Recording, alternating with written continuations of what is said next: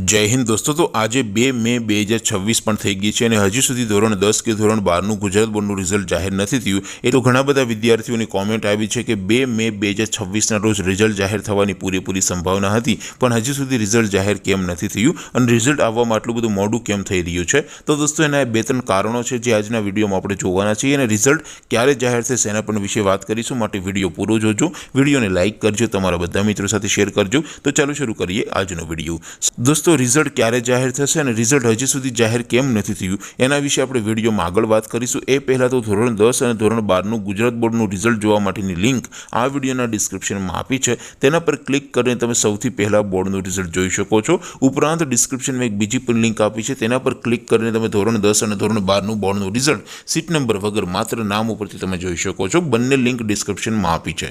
अथवा तो दोस्तों बोर्डनुं रिजल्ट सौथी पहेला मोबाइलमां जोवा माटे तमारे गूगल उपर सर्च करवानुं छे www.mygkguru.in आ वेबसाइट तमे सर्च करशो एटले जे पहली लिंक आवशे एना उपर तमारे क्लिक करवानुं छे।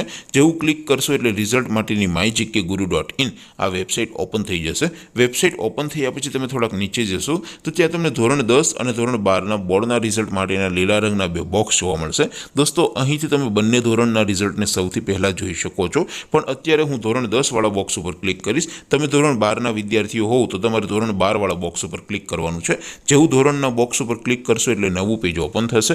નવું પેજ ઓપન થાય એમાં તમે થોડાક નીચે જશો તો ત્યાં તમને STD 10 રિઝલ્ટ 2026નું એક બોક્સ જોવા મળશે, જેમાં દોસ્તો નીચે લખ્યું છે STD 10 રિઝલ્ટ 2026, તેની સામે લિંક 1, લિંક 2 અને લિંક 3 આપી છે।